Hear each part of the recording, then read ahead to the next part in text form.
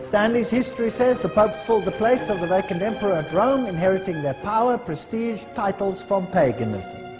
Constantine left all to the Bishop of Rome, which is not true, but nevertheless, the papacy is about but the ghost of the deceased Roman Empire sitting crowned upon its grave.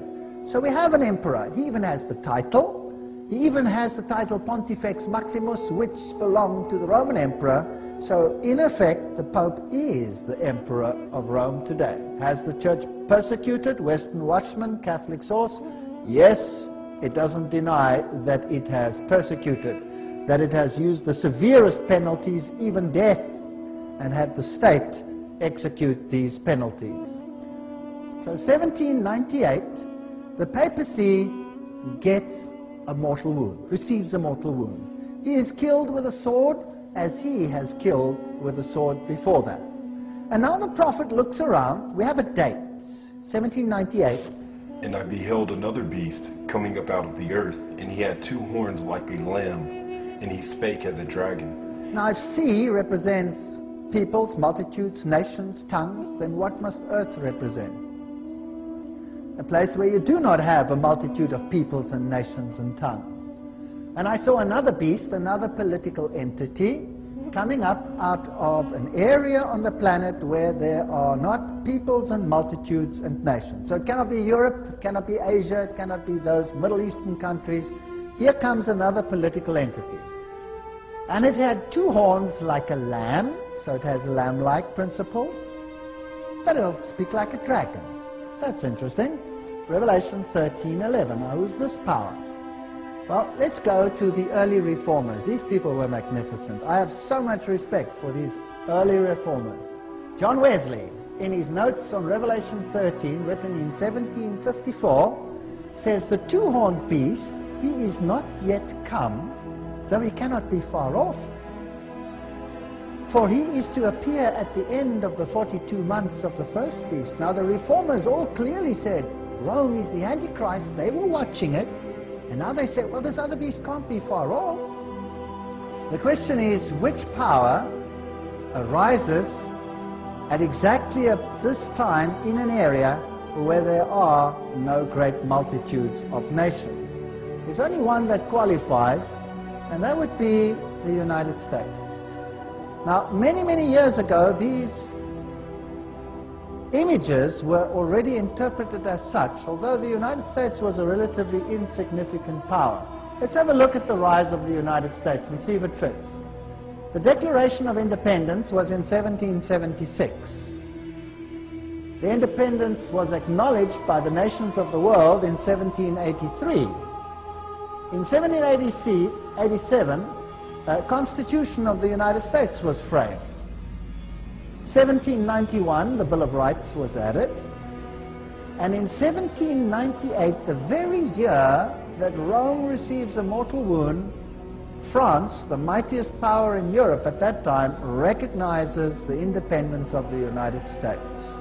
So the same nation that gives the papacy a mortal wound, in the same year recognizes the United States.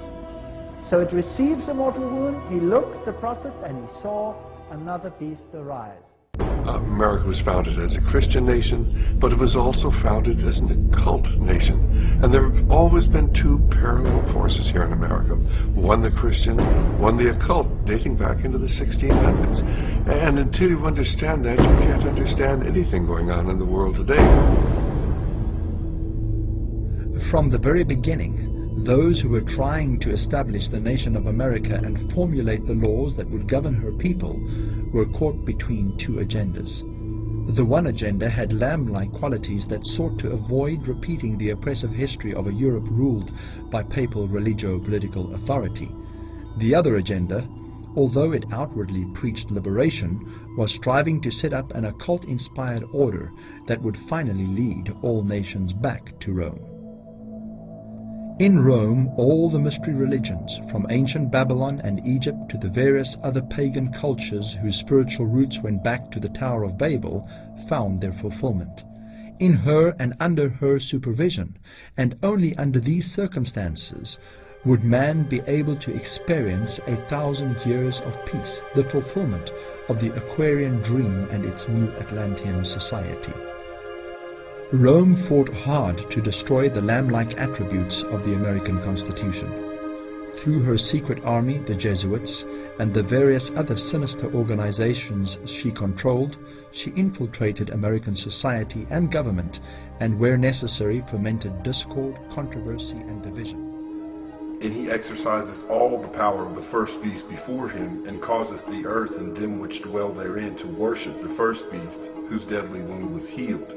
So we see that this second beast, which is America, the USA, causes all of the earth and them which dwell therein to worship the first beast, which we know is interpreted as Rome, whose deadly wound was healed.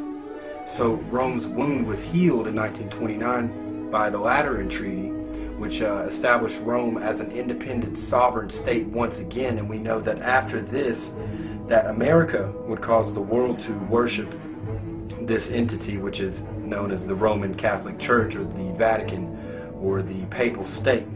And he doeth great wonders, so that he maketh fire come down from heaven on the earth in the sight of men. So after 1929, was there a time when America caused fire to come down from heaven on the earth in the sight of men? The Bohemian Grove in Northern California is particularly famous for a Manhattan Project meeting that took place there in September 1942, which subsequently led to the atomic bomb.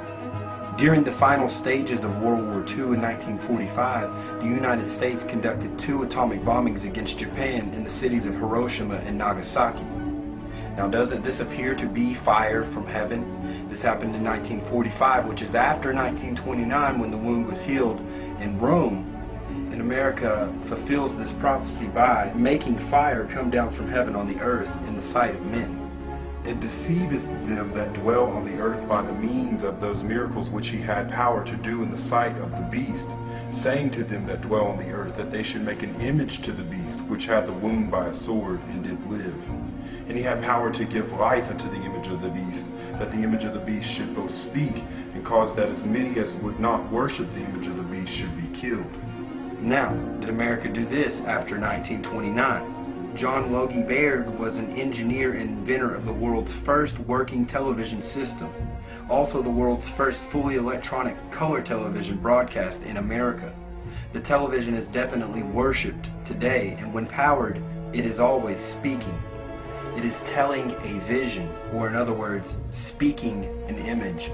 This is the speaking image, which causes the world to accept Catholic principles and Catholic ideas and glorifies the Roman Catholic Church. The Bible says that whoever would not worship the image of the beast should be killed. Now, obviously, this has not happened yet, but it is coming very soon, maybe in the form of something else like a holographic image, or who knows, we will definitely be seeing